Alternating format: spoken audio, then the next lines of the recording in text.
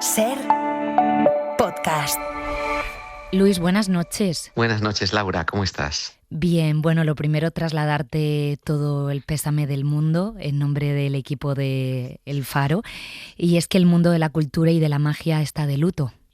Sí, yo y todos los magos nos hemos quedado un poquito huérfanos porque Juan ha sido, es y será el faro, nunca mejor dicho, el padre de una generación de magos de España, sobre todo, pero de todo el mundo, que le debemos todo lo que hemos aprendido, todo lo que sabemos hacer. Una profesión que nos ha hecho tan felices, a mí y a mis compañeros, se la debemos a él. Muchísimos magos, yo lo he hablado con muchos compañeros, nos hicimos magos por Juan Tamariz.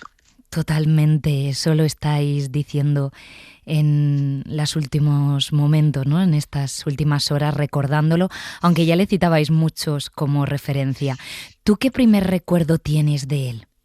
Yo de pequeñito recuerdo verlo en televisión, claro, y recuerdo que cuando Juan salía en televisión, el mundo era un lugar mejor. Yo quería que se parara todo, que no hicieran ruido en casa para poder ver exactamente qué es lo que hacía. Me acercaba reptando al televisor. No me interesaba saber los trucos, me interesaba que todo lo que hiciera pudiera yo percibirlo, verlo, enterarme, o sea, para que me entrara más magia por los ojos y no distraerme con nada periférico. Entonces me acuerdo que me quedaba embobado viéndolo en el 1, 2, 3, en Cajón Desastre, en algunas. Siempre que había una intervención televisiva de Juan, yo decía, qué bien, el mundo va a ser mejor durante un ratito. ¿Tuviste la oportunidad de contarle que te dedicabas y te dedicas a la magia gracias a eso? Sí, que se lo conté en un homenaje que le hicimos en el festival que organiza Jorge Blas en Madrid. Y sí, he tenido ocasión de muchas veces de charlar, de compartir con él, de aprender de él. Él era una persona excepcional, pues por supuesto por su talento, por su inteligencia, por su sensibilidad artística, pero lo más asombroso era su humildad y su generosidad. Su generosidad porque estaba siempre dispuesto a compartir ese tesoro valiosísimo que tenía él, que es ser la persona que más sabe de magia con cartas del mundo. Y con una humildad y con una generosidad pasmosa, todo su conocimiento lo compartía con aquel que quisiera aprender. Él tenía, yo creo que su característica es que él amaba la magia sobre todas las cosas. Lo que más deseaba era que la magia fuera bien hecha y que tuviera un lugar lo más alto posible en el escalafón de las artes. Entonces, su obsesión era que, no su obsesión, pero su objetivo era que la gente hiciera magia bien. Entonces, él la estudiaba y la explicaba y ayudaba, pero con una generosidad que llegaba al punto de que te invitaba a su casa a pasar con él una semana hablando de magia. Y eso no lo hace ningún artista. Eso, eso es real, lo he vivido yo y lo han vivido todos los magos de mi generación. Le puedes preguntar a Jorge Blas, a Jandro, a Junque, a Dani da Ortiz, a Miguel Ángel Gea, a todos los magos de mi generación. Estoy seguro de que coinciden en que, además, por supuesto, de la inteligencia, el talento y la sensibilidad de Juan, su generosidad era algo que lo diferenciaba de los demás artistas. Era uno de los mejores magos del mundo.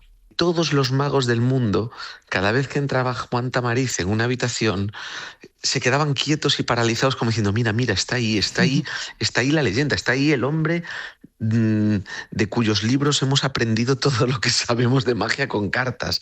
Está ahí siempre, es más, en una reunión de magia, allá donde quiera que estés, en cualquier rincón del mundo, desde la Patagonia hasta Canberra, allá donde estés, si hay un español que saca una baraja de cartas, todos los demás dejan lo que estén haciendo para ver qué hace este, para ver qué hace el español. ¿Por qué? Porque Juan, su escuela y toda una recua de seguidores que ha tenido, han aprendido y desde fuera lo miran con muchísima curiosidad y admiración, diciendo, es que no se hace mejor magia con cartas en ningún sitio en el mundo como en España.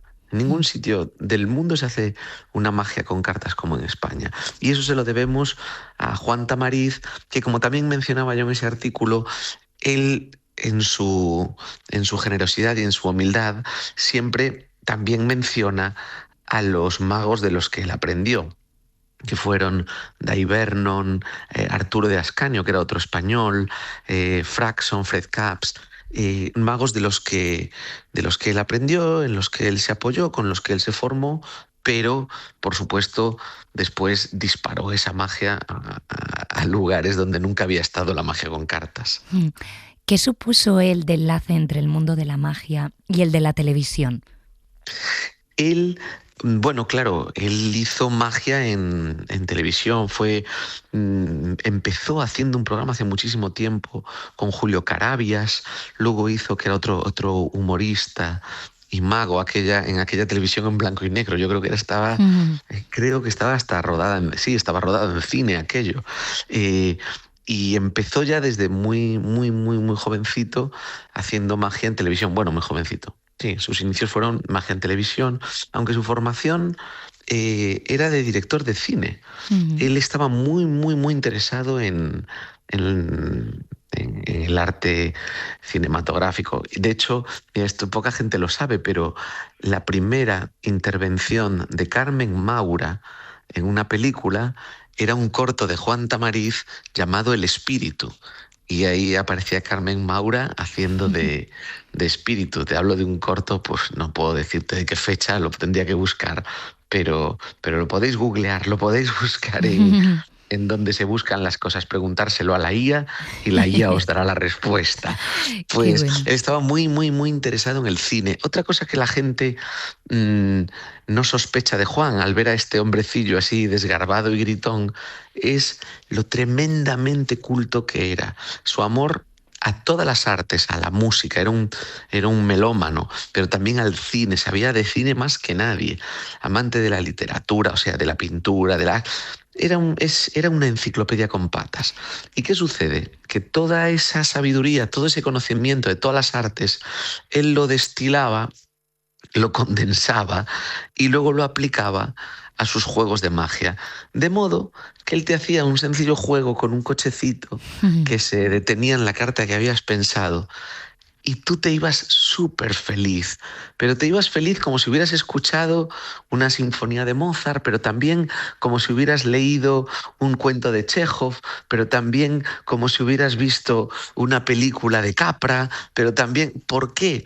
Porque él conocía esos secretos, esas estructuras y sabía aplicarlos y sabía que fuera un coche que pareciera de juguete te iba a llevar al mundo de la infancia, que hubiera una estructura en 3 partes lo iba a hacer narrativamente implacable, que hubiera un chiste en este momento y un susto aquí y luego una sorpresa aquí, iban a potenciar el milagro y el asombro que ibas a ver al final. Y eso es lo que él quería, emocionar, que es lo que pretende cualquier arte, cualquier arte que se precie. Pues eso es lo que él buscaba y lo que él conseguía en cada juego de magia, que eran como piezas de relojería, eran impecables. Bueno, recuerdo que él decía que la magia tiene algo del jazz. Sí, hay una magia en concreto que él hacía muy bien, que es una magia que se llama además así, magia jazz magic, que es esa magia en la que vas improvisando lo que va sucediendo, en lo que muchas veces en la magia está el factor de lo imprevisto, mezclado las cartas y con el orden que te dan tienes que salir de ahí, improvisar un juego de magia. Y ahí Juan era un maestro, lo hacía muy bien, era muy divertido. También la manera de que eso funcionara es que tanto un buen mago como un buen músico de jazz tiene que tener un grandísimo repertorio, una grandísima experiencia y un gran conocimiento, porque la improvisación no puede ser delirio, tiene que respetar unas estructuras, tiene que transitar unos caminos y bajo la apariencia de improvisación y delirio, realmente hay una estructura y hay una magia muy bien pensada. Ese es el caso de cuando Juan hacía esa magia jazz, en la que ahora es maestro, por ejemplo, Dánida Ortiz o Miguel Ángel Gea, estos magos que han seguido por esa línea y que lo hacen muy, muy, muy bien. Ahora pensaba, porque claro, ya forma parte de nuestra memoria colectiva, pero echando la vista atrás dices, ¿cómo rompió con el patrón tradicional de ilusionista, ¿no? Con esa imagen, con esos gestos, ese lenguaje. O sea, hay algo estético muy importante que él rompió con lo establecido. Él fue muy rompedor en muchísimos aspectos. Ese que estás contando es el primero. Hasta ese momento los magos eran señores como muy serios, muy inaccesibles, de frac y chistera, que muy estirados y con gestos afectados en el escenario hacían aparecer una paloma, un cigarrillo, un no sé qué. Eran como muy distantes. Y él se dio cuenta de que la magia es más potente cuanto más cercana y cotidiana sea. Eso era tremendamente rupturista y revolucionario. De hecho, aquellos magos que lo juzgaban, que le permitían o no acceder a la sociedad de magos. O sea, en aquellos tiempos era todo mucho más cerrado. De hecho, era una dictadura, no nos olvidemos. En aquel momento que llegara un tipo y dijera, no, yo quiero hacer la magia para todo el mundo, para todo el mundo. No soy un elegido, soy un tipo que viene con sus vaqueros, con su jersey, con una baraja de cartas que si quieres me la das tú, y con esto vamos a hacer un show de magia lleno de milagros, de emoción y de misterio. Y para Juan era primordial que la gente se sentara cerca de él, que se sentaran a la mesa con él, poder tenerlos cerca, que la gente tocara, experimentara la magia en la punta de sus dedos. Y yo creo que él casi te diría que inventó la profesión de mago de cartas, de mago de hacerlo de modo profesional. Por lo general, los magos hacían muchos tipos de magia, escenario, salón, grandes ilusiones y de vez en cuando algún juego de cartas. Pero un mago cuya profesión fuera solo juegos de cartas no era lo frecuente, no era lo normal. Y él, yo te diría que en España, por supuesto, fue el primer profesional de la magia con cartas. Pues eso ahora... se lo inventó también, él se lo inventó. Totalmente. Oye, parece que le estoy viendo. Pues ahora nos queda que todos los que os dedicáis a esto sigáis con su legado. También está la gran escuela de magia de Ana Tamariz, su hija, que Ana, continúa con su historia. Efectivamente, Ana mantiene calentito el legado de Juan y es una escuela donde todo aquel que quiera aprender, iniciarse en la magia, pues tiene un lugar estupendo para que le expliquen de cero y para conocer el legado del maestro, del que toda mi generación y otras muchas generaciones que no son la mía consideramos el maestro. Pues Luis Piedrahita, muchas gracias por estar hasta ahora de la noche con nosotros y por este recuerdo sobre Juan Tamariz. Muchas gracias y buenas noches. Muchas gracias. Recordad que cuando Juan Tamariz sacaba una baraja de cartas, el mundo era un lugar mejor. Y tanto.